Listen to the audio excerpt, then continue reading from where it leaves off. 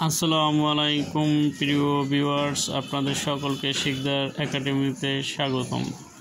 আজকে আমরা আলাপ করব একাদশ দ্বাদশ শ্রেণীর যোগ নিয়ে।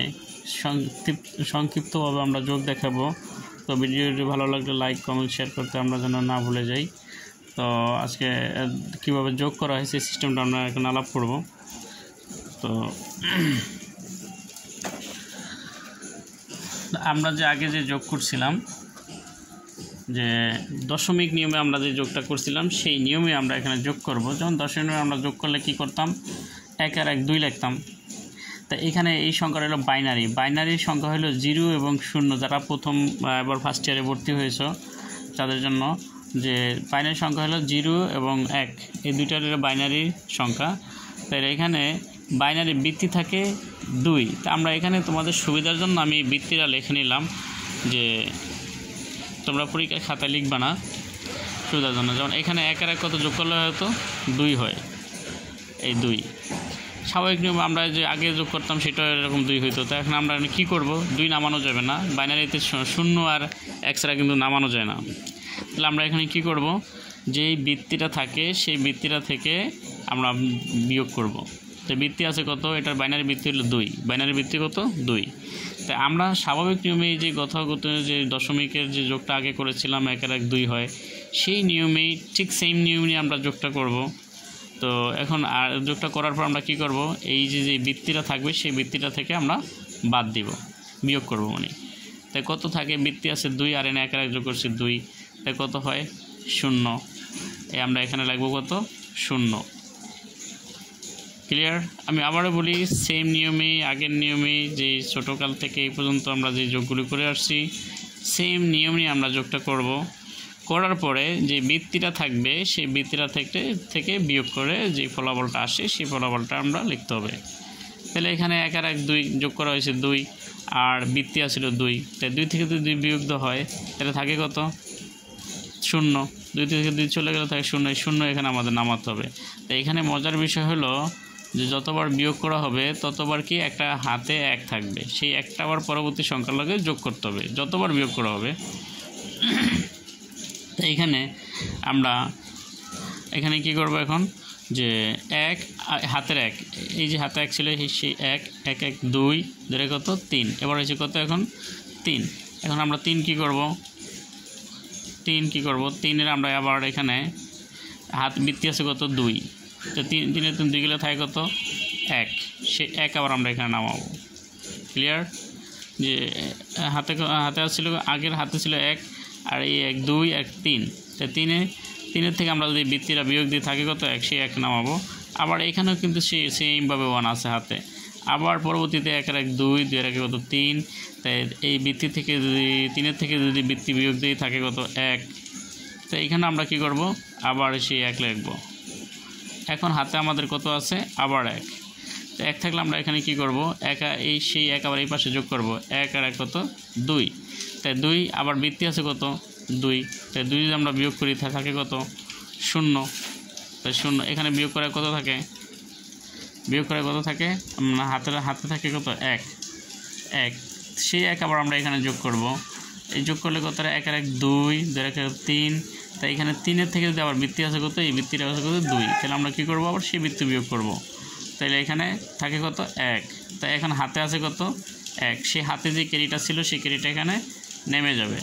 এই ছিল সহজ উপায় যোগ করার বাইনারির সিস্টেম। আর বইতে যেই বিভিন্ন যারা টিচাররা অনেক ক্ষেত্রে শেখায় যে অনেকগুলো ফর্মুলা দিয়ে শেখাচ্ছে, সেগুলি হয়তো মনে রাখার জটিল একটা বিষয় বা একটু কষ্টসাধ্য। তো এটা হলো সবচেয়ে সহজতম, যে আমরা যে আগে যে যোগটা করেছিলাম সেই নিয়মে আমরা যোগটা করব, শুধু বৃত্তিটা বিয়োগ করব। আমি আবারও বলি, বাইনারি অক্টাল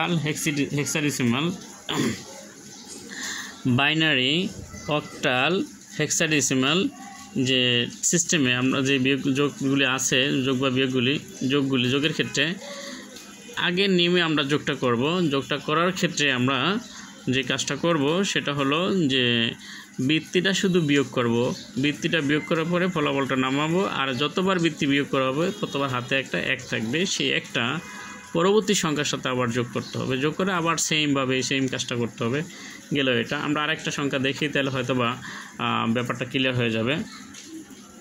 যেমন এইখানে আমরা কি করব, এখানের ভিত্তিটা কত, বাইনারি যেহেতু 2, তার একের এক কত হয় 2, এই 2টা আমরা লিখলাম। তাই 2 থেকে 2 বিয়োগ করে, ভিত্তি আছে 2, বিয়োগ করলে কত থাকে 0, হাতে থাকে কত 1, আবার সেম 1 আর 1 2 দিয়ে কত 3, তাই 3 থেকে যদি আমরা ভিত্তি বিয়োগ দিয়ে থাকে কত 1, হাতে আবার কত আছে 1, তাহলে হাতে কত আছে দশমিকেরটাও সেম, দশমিকের জায়গায় দশমিক পড়ে যাবে, এই জন্য দশমিকটা দিয়ে বসায় বুঝিয়ে দিলাম, আমরা আলাপ করলাম যাতে দশমিক হলে আবার আমরা না ঘাবড়াই। তাহলে হাতে কত আছে 1, 1 আর 1 2 দিয়ে কত 3, 3 থেকে যদি আমরা ভিত্তিটা বিয়োগ করি, ভিত্তি বিয়োগ করলে থাকে কত 1, আর হাতে আছে 1, তো তাহলে হাতেরও হয়েছে আমাদের কত 1, সেই একটা আমরা এখানে যোগ করলাম 1 আর এই 0 যোগ করলে কত 1 হয়। তাই এখানে আর বিয়োগ করার সুযোগ নাই, যেহেতু বৃত্তির বেশি হয় নাই, বৃত্তির বেশি না হলে বিয়োগ করা যাবে না। তাহলে এখানে আবার কত 1 আর কত 2, এই 2 থেকে যদি আমরা 2 বিয়োগ করি থাকে কত 0, আর হাতে থাকে কত, যতবার বিয়োগ করা হবে ততবার কত 1 থাকবে। তো এই ছিল এটার উত্তরটা। এই তো এখন আমরা দেখব যে এটার আবার যদি সংখ্যা যদি বেশি হয় সেক্ষেত্রে আমাদের কী করণীয় আছে। সংখ্যা বেশি হলে আমরা কী করবো, যেমন 1টা 2টা 3টা 3 হয়েছে, তাই বৃত্তি এটার কত, বৃত্তি আছে 2, বৃত্তি আছে 2, তাহলে এনে আছে 1 2 3, 3-এর ক্ষেত্রে কী হবে, বৃত্তি বিয়োগ করলাম থাকে কত 1, তাহলে হাতে কত আছে, যতবার বিয়োগ করা হবে ততবার হাতে তোমাদের 1 রাখতে হবে। তাহলে 1 1 আর 1 2, সেই একটা আবার কি পরবর্তী সংখ্যা আমাদের যোগ করতে হবে, 1 আর 1 2 3 4, এনে হয়তো হয়েছে কত, মোটটা হয়েছে 4, 4-এর থেকে আমরা যদি এই বৃত্তি আছে 2 যদি বিয়োগ করি থাকে কত 2, আবারও আমরা যদি বৃত্তিটা বিয়োগ করি, যেহেতু এনে 2 আছে, 2 থেকে আবারও বৃত্তি আছে কত 2, তাই 2 থেকে যতবার মানে বাইনারিতে 0 আর 1 ছাড়া কিছু লেখা যাবে না, তাই এনে 2 তে 2 গেলে থাকে কত 0, তাহলে এখানে থাকে কত 2 2 1 আর 1 কত আছে 2 2 2, তাহলে এখানে 1 2 3 4, 4-এর থেকে আমরা আবার বিয়োগ করলাম, বিয়োগ করলে থাকে কত 0, হাতে আমাদের 1 1 2 2 আর 3 3 আর 1 2 3 4, 4-এতে আমরা বৃত্তি আছে 2 2 যদি বিয়োগ করি থাকে কত 2, তাহলে যেহেতু আমাদের লিখতে হবে 0 অথবা 1, তাহলে আবার আমরা বৃত্তিটা বিয়োগ করি, তাহলে বৃত্তি 2 আছে আর হাতে আর আছে 2 2 তে 2 গেলে থাকে কত 0, তাহলে এখন আমরা বিয়োগ করলাম কয়বার, একবার দুইবার, তাহলে 1 আর 1 কত, একটা থেকে 2টা 2 2 আর 1 3, তাই 3 হলে আবার আমরা বিয়োগ যদি করি, 3 যদি বিয়োগ করি থাকে কত 1, তাহলে এখানে আমরা 1 লিখবো, কতবার বিয়োগ করলাম, একবার বিয়োগ করলাম, যতবার বিয়োগ করবো ততবার 1 যোগ করতে হবে, তাহলে একবার 1 আর 1 2 3 4, ঠিক আবার আগের মতো হয়েছে, 4 হলে আমরা কী করবো, এখানে আবার 2 বিয়োগ করবো থাকে 2, আবার যদি 2 বিয়োগ করি থাকে কত 0, তাই এখানে হবে 0, মানে হাতে আমাদের কত, এখানে একটা 1 এখানে একটা 1 1 আর 1 2 2 2 2 আর 1 কত 3 3 হয়েছে, এখানে 3-এর থেকে আমরা যদি বিয়োগ করি থাকে কত 1, হাতে আসলে কত 1, সে 1 লিখে দিলাম যে এইখানে হলো এই। তাহলে এই ছিল, এর যত বড় যোগ হোক, যে এটা বইয়ের ভিতরে নাই, আমি তোমাদেরকে আলাদাভাবে দেখাই দিলাম, বইতে শুধু 2 সংখ্যা দেওয়া আছে, আমি 3 সংখ্যা দেওয়া আছে, 4 5 6 সংখ্যা, সেটা সমস্যা নাই, শুধুমাত্র আগের মতোই যোগ করে বৃত্তিটা বিয়োগ করতে হবে, যত বৃত্তি থাকবে এখানে, যদি এখানে 2টা দিচ্ছে, এখানে যদি 5 থাকতো তাহলে কী হতো, তাহলে 5 বিয়োগ করতে হতো এরকমভাবে, হ্যাঁ, তাহলে এরকম করে বিয়োগ করতে হবে ঠিক সেমভাবে। তো আবার 3 দিয়ে দিছে, 2 থেকে 3 দিয়ে দিছে, তখন কী করা হবে, তখন আমরা বিয়োগ করতে হবে। তো সেই ক্ষেত্রে আমাদের শুধু বৃত্তিটা আমরা বিয়োগ করলাম, যে এখানে আমরা বাইনারির যোগটা দেখাইলাম, এবং আমরা অক্টালের যোগে যাব। অক্টালের বাইনারি বৃত্তি হলো 2 আর অক্টালের বৃত্তি হলো 8, তাহলে আমরা এখন অক্টালেরটা নিয়ে আলাপ করব। তো অক্টালেরটা এখানে বৃত্তিটা আমরা লিখে নেই, বৃত্তিটা তোমাদের সুবিধার্থে লিখে তোমরা কিন্তু লিখবা না পরীক্ষার ক্ষেত্রে, ওদের বোঝানোর ক্ষেত্রে আমরা আলাপ করছি। এখানে আগের মতো আমরা যোগ করব কত, তাহলে 8 7 আর 4 কত হয় 11 হয়, 7 4 11, 11 থেকে যদি বৃত্তি আছে কত 8 বিয়োগ করে কত থাকে 3, এখানে আমরা লিখব 3, আর এরপর হাতে কত 1 হইলে 3 আর 1 3 2 আর 1 3 3 আর 2 5, এই 5-এর 5, যেহেতু বৃত্তিতে ছোটো তাই বিয়োগ করার সুযোগ নেই, তো তো এখানে হলো আবার 4 আর 4 8, 8 8 আছে, তাই বৃত্তি হচ্ছে 8। তাহলে আমরা কী করবো, এখানে 0 লিখবো, তাই হাতে কত থাকে 1, সেই একটা এখানে লিখে দিলাম। এই এটা ছিল যে বাইনারি অক্টালের ক্ষেত্রে বৃত্তি। আর সেমভাবেই ওই যে দশমিকেরটা যেভাবে করছি এটাটা মানে বাইনারিটা যেভাবে করছি এইভাবে এটাটা এখানকার সেইভাবে। ঠিক এইখানেরটা আমরা আবার যদি দেখি দশমিকেরটা, যে এখানেও বৃত্তিটা তো 8, তাহলে এখানে যোগ করবো 5 আর 3 কত 8, তো বৃত্তি আছে কত 8, 8 যদি বিয়োগ করে থাকে কত 0, সেই 0টা এখানে লিখতে হবে। মূলত হলো যোগ করে বৃত্তিটা বিয়োগ করে ফলাফলটা লিখে দিলেই যথেষ্ট, শেষ অঙ্ক হয়ে যাবে। তাহলে এখানে যতবার বিয়োগ করা হবে ততবার কত থাকবে, হাতে 1 থাকবে, তাই না? একবার বিয়োগ করছি 1 রয়েছে, 1 আর 3 কত, 1 আর 2 3, 3 আর 5 8, আবার 8 হইলো। তাহলে বিয়োগ কখনই কত, যখন বৃত্তির সমান হয়। বৃত্তির নিচে হলে বিয়োগ করার প্রয়োজন বোধ নাই, বৃত্তির সমান হলে বিয়োগ, আর বৃত্তির ছোট হলে বিয়োগ করার প্রয়োজন নাই, বড় হলে বিয়োগ করতে হবে, অথবা সমান হলে সমান অথবা বড়। এখানে থাকে আবার কত 0, তাহলে কি, তাহলে এখানে আবার আমরা যেহেতু একবার বিয়োগ করছি হাতে 1 আছে, তাই 1 আবার এখানে আমরা যোগ করি, 4 আর 4 8, 8 আর 1 কত 9। তাহলে সেক্ষেত্রে আমরা এইখানে 9 হলে আবার বৃত্তিটা বিয়োগ করি, তাই থাকে কত 1। আমরা এখানে আবার কত লিখলাম, 1 লিখলাম, হাতে কত আছে 1, তাই 1 আর 1 2 আর 1 3, 3 আর 2 5, আর এখানে কত আছে 6 আছে 10। তাহলে এখানে যদি আমরা 10-এর থেকে 8 বিয়োগ করি, 10-এর থেকে 8 বিয়োগ করলে কত হবে 2, তাই আমরা 2 লিখতে পারি, আর একবার বিয়োগ করছি, এনে হলো 1। তাহলে এই ছিল অক্টালেরটা, আর সবগুলোটাই সেমভাবে হবে।